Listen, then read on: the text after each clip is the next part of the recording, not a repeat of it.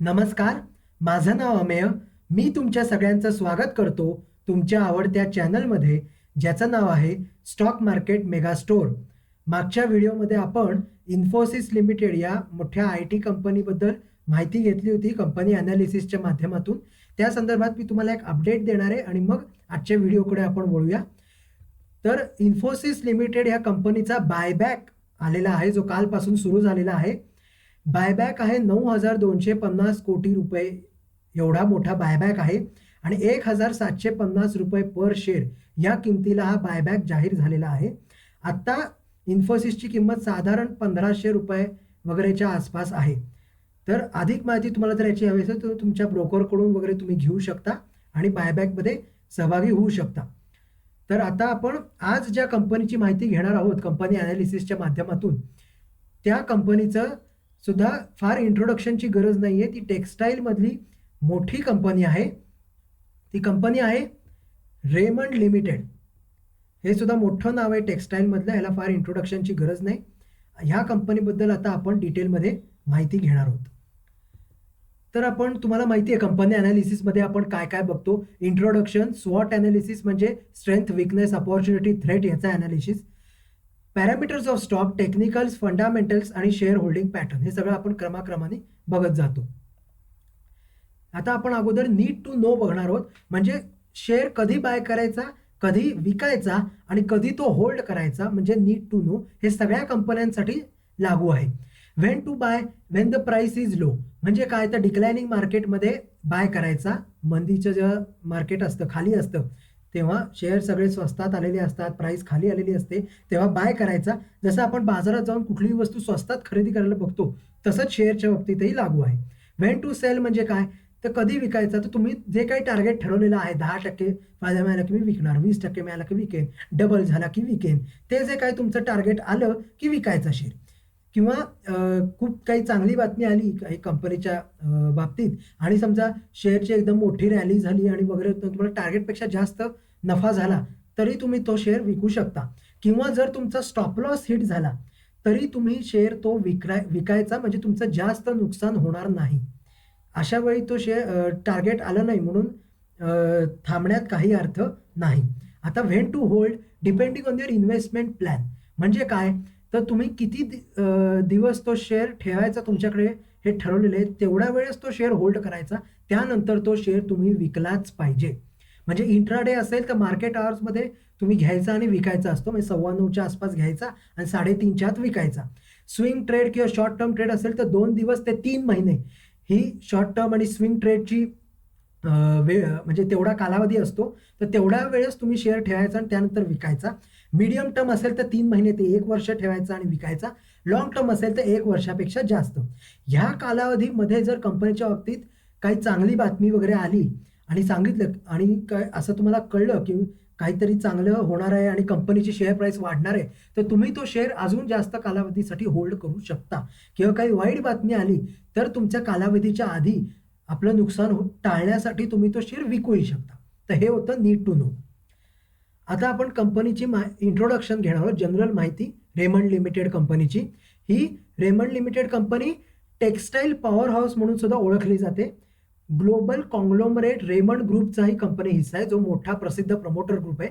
1925 मध्ये या कंपनीची स्थापना झाली. 96 वर्षांचा या कंपनीला इतिहास आहे. खूप जुनी कंपनी आहे. अल्बर्ट रेमंड यांनी ही कंपनी स्थापन केली, म्हणून या कंपनीचं नाव रेमंड लिमिटेड. ह्या कंपनीचे चेअरमन आणि मॅनेजिंग डायरेक्टर आहेत Gautam Hari Singhania. Brand Indian company आहे, म्हणजे इंडियन ब्रँड आहे हा.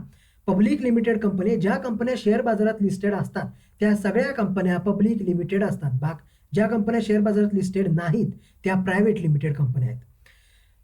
इंडस्ट्री कुठली आहे तर टेक्स्टाईल, इंजिनिअरिंग, एव्हिएशन आणि रिअल इस्टेट या सगळ्या इंडस्ट्रीमध्ये या कंपनीचा प्रेझेन्स आहे, म्हणजे डायव्हर्स पोर्टफोलिओ या कंपनीचा आहे. हेडक्वार्टर्स आहेत मुंबईमध्ये. ह्याचे व्हेरीज डायव्हर्सिफाईड प्रोडक्ट्स आहेत या कंपनीचे. Fabrics, garments, designer wear, denim, cosmetics and toiletries, engineering files and tools, prophylactics and air charter services, हे सगळे प्रोडक्ट्स या कंपनीचे आहेत. फक्त टेक्स्टाईलमधली ही कंपनी नाही आहे. रेव्हेन्यू 3,314 करोडचा रेव्हेन्यू जनरेट करते कंपनी. आणि 55 कंट्रीजला सर्व करते, 55 कंट्रीज इन द वर्ल्ड, म्हणजे ग्लोबल प्रेझेन्स आहे, MNC कंपनी आहे. आणि रेव्हेन्यू वगैरे वरून तुम्हाला कळलं असेलच की चांगल्या टेक्सटाईल कंपनीपैकी एक आहे. हा स्वॉट डायग्राम आहे. स्ट्रेंथ, विकनेस, अपॉर्च्युनिटी, थ्रेट्स इथे मी थोडक्यात सांगितलेले आहेत. हे आता आपण डिटेलमध्ये बघणार आहोत. स्ट्रेंथ्स काय आहेत? Promoter increasing share holding, growth in net profit with increasing profit margin quarter on quarter, increasing revenue every quarter for the past 3 quarters, increasing profit every quarter for the past 3 quarters, company with zero promoter pledge, FII, FPI or institutions increasing their shareholding. म्हणजे काय तर promoters आणि foreign institutional investors, FII, FPI हे सगळे त्यांचं share holding या कंपनीमध्ये वाढवत आहेत. प्रमोटरनी कुठलाही शेअर प्लेज केलेला नाही, झिरो प्रमोटर प्लेज आहे. प्रॉफिट, रेव्हेन्यू हे सगळे क्वार्टर वाईज वाढत चाललेले आहेत. मागच्या 3 क्वार्टरपासून ह्याच्यात वाढ होती आहे आणि ह्या सगळ्या खूप चांगल्या गोष्टी आहेत. आता आपण विकनेस, अपॉर्च्युनिटी आणि थ्रेट्स बघणार आहोत. विकनेस काय तर mutual fund decrease their share holding last quarter, degrowth in revenue and profit, major fall in net profit. म्हणजे काय, नेट प्रॉफिट आणि रेव्हेन्यूमध्ये थोडीशी घसरण झालेली आहे आणि म्युच्युअल फंडनी शेअर विकलेले आहेत. हे विकनेस आहेत कंपनीचे. अपॉर्च्युनिटी काय आहेत तर ब्रोकर्स अपग्रेडेड रेकमेंडेशन और target price in the past 3 months, stock with low P less than equal to 10, RSI indicating price. RSI हा ॲडव्हान्स इंडिकेटर आहे. प्राइस स्ट्रेंथ इंडिकेट करतो, म्हणजे आत्ता शेअर अपट्रेंडमध्ये आहे आणि ब्रोकरनी रेकमेंडेशन किंवा टार्गेट प्राइस अपग्रेड केली म्हणजे कंपनीला वाढण्याचा चान्स आहे. थ्रेट काय आहे तर रेझिग्नेशन ऑफ टॉप मॅनेजमेंट. कंपनीचं मॅनेजमेंट रिसेंटली चेंज झालेलं आहे. आता हे थ्रेटमध्ये दिल्याचं एक कारण असं असू शकतं की नवीन मॅनेजमेंटमध्ये कंपनीच्या काही पॉलिसीज, कंपनीबाबत त्यांची धोरणं कशी असतील, काय असतील हे माहीत नाही आहे. आणि आधीचं मॅनेजमेंटनी जसं कंपनीला वर आणलंय तसं हे आणतील का नाही हे माहीत नाही. त्याच्यामुळे कदाचित हे थ्रेटमध्ये दिलेलं असू शकतं. पण मॅनेजमेंट चेंज झाली हे लक्षात घ्यायला हवं. आता आपण पुढे जाऊया. पॅरामीटर्स ऑफ स्टॉक बघूया. Current market price 434.35, 52 week low 223.35, 52 week high 449.80 म्हणजे 450 रुपये धरा. आता तुम्ही 52 वीक हाय आणि करंट मार्केट प्राइस कम्पेअर केली तर 52 वीक हायच्या जवळ आली. मार्केट कॅपिटल 2809.74 करोड म्हणजे स्मॉल कॅप कंपनी आहे. 5,000 कोटीपेक्षा कमी मालमत्ता आहे कंपनीची. 5,000 ते 20,000 कोटी म्हणजे मिड कॅप आणि 20,000 कोटीपेक्षा जास्त म्हणजे स्मॉल कॅप कंपनी असते. ही कंपनी डिव्हिडंड देत नाही, पण कंपनी आधी डिव्हिडंड देत होती. कधीच डिव्हिडंड दिलेलं नाही आहे असं नाही आहे. 2019 मध्ये कंपनीने शेवटचा डिव्हिडंड दिलेला होता 30%. त्यानंतर कंपनी डिव्हिडंड देत नाहीये. फेस व्हॅल्यू आहे 10 रुपये. अर्निंग पर शेअर आहे 12.03 म्हणजे 12 रुपये. पी रेशो आहे 35.9 म्हणजे 36 धरा. इंडस्ट्री पी आहे 17.56 म्हणजे इंडस्ट्री पीच्या जवळजवळ डबल आहे कंपनीचा पी रेशो. म्हणजे हा स्टॉक ओव्हर व्हॅल्यूड आहे याचा अर्थ होतो. बुक व्हॅल्यू 327.35 म्हणजे खूप स्ट्रॉंग बुक व्हॅल्यू आहे कंपनीची, खूप चांगली बुक व्हॅल्यू आहे. प्राइस टू बुक आहे 1.29 म्हणजे खूप जास्त नाही आहे, पण आयडियल व्हॅल्यू पण नाही आहे प्राइस टू बुकची. Ideal value price to book रेशोची 1च्या खाली असते, पण खूप जास्तही नाही आहे, त्याच्यामुळे चांगला आहे. बीटा आहे 0.92 म्हणजे कमी मुवमेंटवाला स्टॉक आहे, कमी व्होलाटाईल स्टॉक आहे. 1 पेक्षा जास्त असेल बीटा तर जास्त हाय व्होलाटाईल, हाय मोमेंटम स्टॉक असतो. डिलिव्हरेबल्स आहेत 32.15% म्हणजे 32% लोक शेअरची डिलिव्हरी घेतात आणि बाकीचे 68% लोक शेअरमध्ये इंट्राडे किंवा अशा प्रकारे ते शेअर्समध्ये ट्रेडिंग होतं. आता आपण पुढे जाऊया. टेक्निकल्स बघूया. बेसिक टेक्निकल्स मध्ये काय येतं टेक्निकल अनालिसिसमध्ये तर मुव्हिंग ॲव्हरेज, क्रॉसओव्हर आणि पिवोट लेवल येतात. ॲडव्हान्समध्ये तुमचं कॅन्डलस्टिक चार्ट आणि पॅटर्न्स वगैरे येतो. पण आता आपण बेसिक बघणार आहोत. मुव्हिंग ॲव्हरेज, क्रॉसओव्हर म्हणजे शॉर्ट, मीडियम आणि long term moving average, crossover हे तिन्ही मुव्हिंग ॲव्हरेज क्रॉस करून कंपनीची शेअर प्राइस वर गेली आहे, त्याच्यामुळे बुलिश ट्रेंड दाखवला इथं. इथे काही काही वेळेला तिन्ही बेरिश पण असतं किंवा 1 किंवा 2 ठिकाणी बुलिश आणि बाकीच्या इथे बेरिश असंही इंडिकेटिंग असतं. त्याच्यामुळे ते कालांतराने ते बदलत राहतं, ते तुम्हाला त्याच्यावरती लक्ष ठेवायचं आहे. आता आपण बघणार आहोत पिवोट लेवल्स. त्या 3 प्रकारच्या असतात, क्लासिक, फिबोनाची आणि कॅमरिला.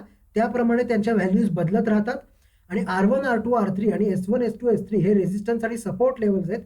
प्रत्येक स्टॉकसाठी हे वेगळे असतात आणि कालांतराने हे रेजिस्टन्स, सपोर्ट लेवल जशी शेअरची प्राइस मुवमेंट होते त्याप्रमाणे हे बदलतही जातात.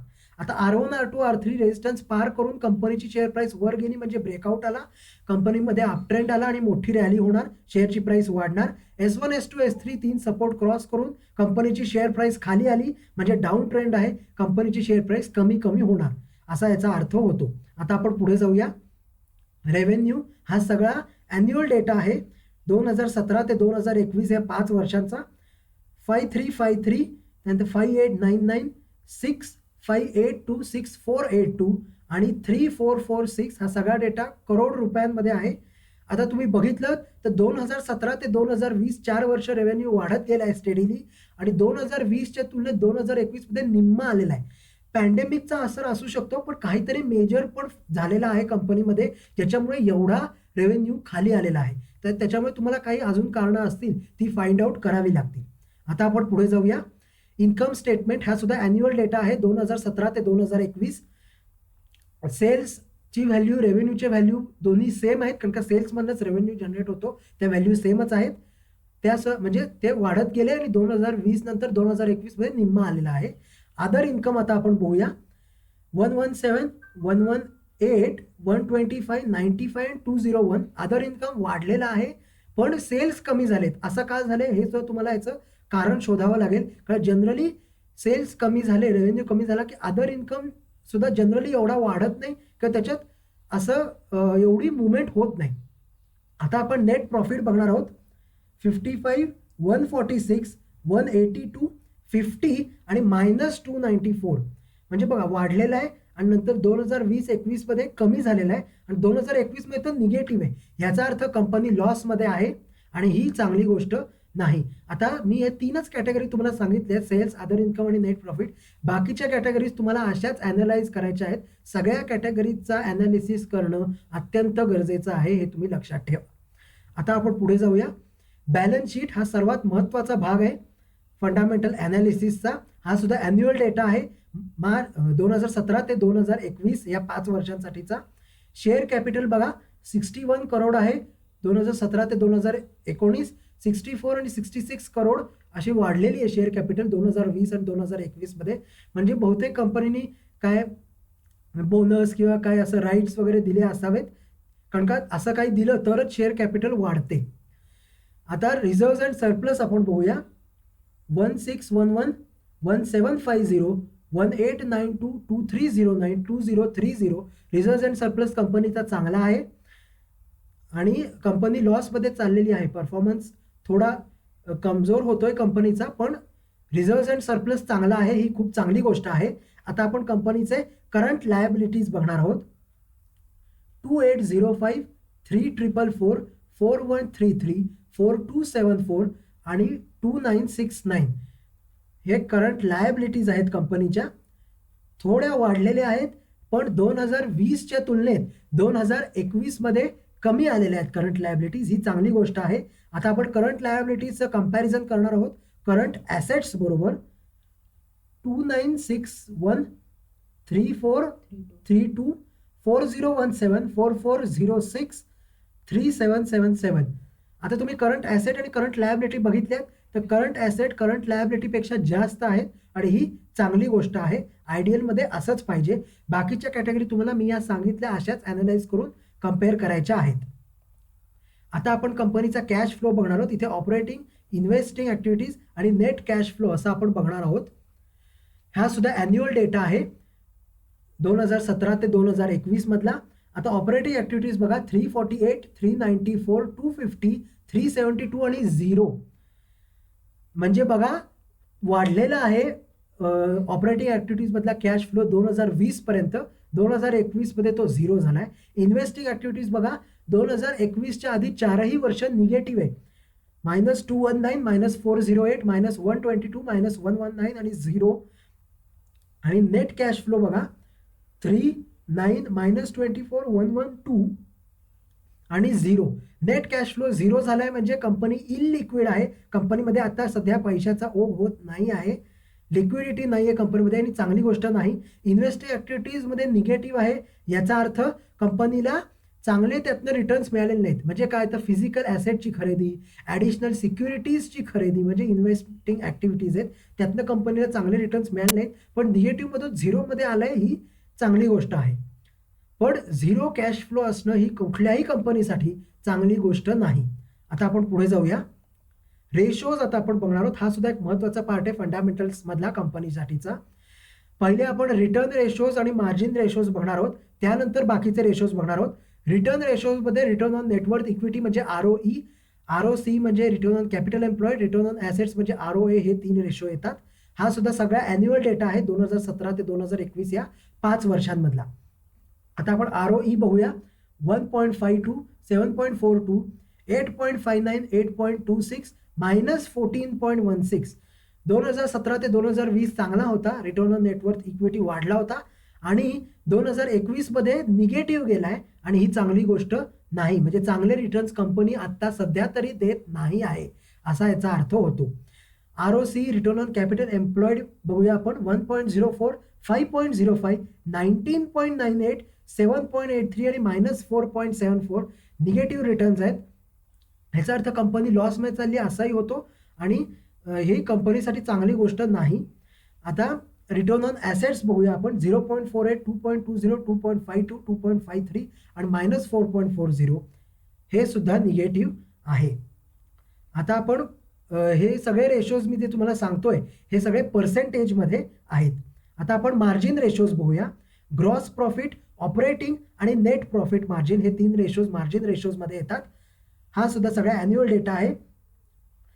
7.89, 9.26, 10.66, 9.43 आणि 3.92 हे ग्रॉस प्रॉफिट मार्जिन आहे. कमी आलेला आहे 2020च्या तुलनेत 2021 मध्ये जवळजवळ 1/3 झालेला आहे आणि ही चांगली गोष्ट नाही. याचा अर्थ कंपनी लॉसच्या दिशेने चालली आहे की लॉसमध्ये गेली आहे असा याचा अर्थ होतो. ऑपरेटिंग मार्जिन बघा. 4.96, 6.37, 7.68, 4.19 आणि मायनस निगेटिव्हमध्ये गेले. ही सुद्धा चांगली गोष्ट नाही. नेट प्रॉफिट मार्जिन बघूया. 1.04, 2.48, 2.77, 0.77 आणि -8.53 कंपनी लॉसमध्ये आहे असा याचा अर्थ होतो. नेट प्रॉफिट मार्जिन निगेटिव्ह झालेला आहे. आता पुढे जाऊया आपण. इथे लिव्हरेज, ग्रोथ आणि टर्नओव्हर रेशोज बघणार आहोत. लिव्हरेज रेशोमध्ये सर्वात महत्त्वाचा आहे डेट टू इक्विटी रेशो. 1.06, 1.0 म्हणजे 1, त्यानंतर 1.10, 0.92 आणि 0.90 म्हणजे डेट टू इक्विटी कमी झालेला आहे. मेजर कमी नाही आहे पण थोडा थोडा कमी होत गेला. ही चांगली गोष्ट आहे. डेट टू इक्विटी कंपनीचे कर्ज घेण्याची आणि कर्ज फेडण्याची क्षमता काय हे हा रेशो सांगतो आणि कमी झाला आहे म्हणजे कंपनी कर्ज फेडू शकते असा याचा अर्थ होतो आणि ही एकच या रेमंड लिमिटेड कंपनीबाबतची दिलासादायक गोष्ट आहे. आता ग्रोथ रेशोज बघूया. CAGR म्हणजे कंपाऊंड ॲन्युअल ग्रोथ रेट इथे दिलेला असतो. 5 वर्षाचा ॲन्युअल डेटा आहे. पहिले सेल्सचा बघूया आणि मग नेट प्रॉफिटचा CAGR बघूया. 8.49, 5.18, 13.16, 10.04, -23.57 निगेटिव्हमध्ये म्हणजे कंपनीचे सेल्स चांगले झालेले नाहीत असा याचा अर्थ होतो 2021चा डेटा बघितला तर. आणि 5 वर्षाच्या डेटामध्ये वाढलाय आणि नंतर एकदम ड्रॉप झालाय. एवढा ड्रॉप झालेला आहे मेजर म्हणजे कंपनीमध्ये मेजर काहीतरी झालेलं आहे. पॅन्डेमिकचा तर असर आहेच पण अजून काहीतरी वाईट बातमी असू शकते कंपनीबद्दल ज्याच्यामुळे एवढं खराब रेशोज दिसत आहेत. तर तुम्हाला त्याचं कारण फाइंड आउट करावं लागेल. आता आपण नेट प्रॉफिटचा CAGR बघूया. -23.21, +12.47, 55.17, -5.31, 41.66 थोडं प्रॉफिटमध्ये आत्ता दिसतंय. तसं काय तेही तुम्हाला फाइंड आउट करायला लागेल कारण बाकीचे रेशोज खराब आहेत आणि सेल्स निगेटिव्ह आणि हे पॉझिटिव्ह कसं काय याचा काय कारण असेल तुम्हाला फाइंड आउट करावं लागेल. टर्नओव्हर रेशोजमध्ये ॲसेट टर्नओव्हर आणि इन्व्हेंटरी टर्नओव्हर रेशो आहेत. ॲसेट इन्व्हेंटरी काय असते कंपनीची ते हे रेशोज सांगतात. आता आपण पुढे जाऊया. शेअर होल्डिंग पॅटर्न बघूया. हा सुद्धा महत्त्वाचा पार्ट आहे कंपनी अनालिसिसमधला. इथे तुम्हाला जो मोठा ब्लू कलरचा पॅच दिसतोय जो मी ॲरोजनी हायलाईट केलाय तो आहे प्रमोटर स्टेक. ग्रीन कलरचा जो पॅच आहे तो आहे FII फॉरेन इन्स्टिट्यूशनल इन्व्हेस्टर. त्यानंतर जो छोटा येल्लो पॅच आहे तो DII आहे डोमेस्टिक इन्स्टिट्यूशनल इन्व्हेस्टर आणि जो मोठा ऑरेंज पॅच आहे तो पब्लिक शेअर होल्डिंग. प्रमोटरचा स्टेक आहे 48.84%, FIIचा स्टेक आहे 6.43%, DIIचा स्टेक आहे 4.29% आणि पब्लिक शेअर होल्डिंग आहे 40.44%. म्हणजे मेजॉरिटी स्टेक प्रमोटर आणि पब्लिक शेअर होल्डिंगमध्ये आहे. FI आणि DIIचा स्टेक खूप कमी आहे. आता प्रमोटर आणि पब्लिक शेअर होल्डिंग चांगलं आहे, पण FI DIIचं शेअर होल्डिंग तितकं चांगलं नाही. एक तर ह्या कंपनीमधून परफॉर्मन्स खराब झाल्यामुळे FI DIIने विकले असावेत शेअर, किंवा FI DII एवढा इंटरेस्ट आता या कंपनीमध्ये राहिलेला नाही, असा माझा अंदाज आहे. हे दोन माझे अंदाज आहेत. त्यांचा एवढा कमी स्टेक आहे त्याच्याबद्दलचे. तर हे होतं कंपनी अनालिसिस आणि ही होती रेमंड लिमिटेड या कंपनीची डिटेलमध्ये माहिती. आय होप तुम्हाला या माहितीचा फायदा झाला असेल. जर झाला असेल तर यूट्यूबच्या कमेंट बॉक्समध्ये किंवा माझा ईमेल ID amey.hardikar@gmail.com मध्ये तुम्ही मला लिहून कळवू शकता. जर तुम्हाला कुठल्या कंपनीची माहिती हवी असेल किंवा कंपनी अनालिसिसबद्दल किंवा शेअर मार्केटबद्दल इन जनरल काही डाऊट्स असतील, तर माझ्या ईमेल आयडीवर किंवा यूट्यूबच्या कमेंट बॉक्समध्ये मला लिहून कळवा. मी त्या तुम्ही सांगितलेल्या कंपनीचा व्हिडिओ नक्की बनवेन आणि तुमचे डाऊट्स क्लिअर करायचा सुद्धा नक्की प्रयत्न करेन. माझ्या व्हिडिओला लाईक करा, शेअर करा तुमच्या नातेवाईकांबरोबर, मित्रमैत्रिणींबरोबर, आणि माझ्या चॅनलला सबस्क्राईब करायला अजिबात विसरू नका. चॅनलचं नाव स्टॉक मार्केट मेगा स्टोर, आणि सबस्क्राईबच्या शेजारी बेल आयकन आहे ते दाबा. ऑल नोटिफिकेशन्स ऑन करा, म्हणजे तुम्हाला माझ्या व्हिडिओचे नियमित अपडेट्स मिळत राहतील. मी दर रविवारी माझे व्हिडिओ अपलोड करत असतो. तर आज आपण आता इथेच थांबूया. धन्यवाद.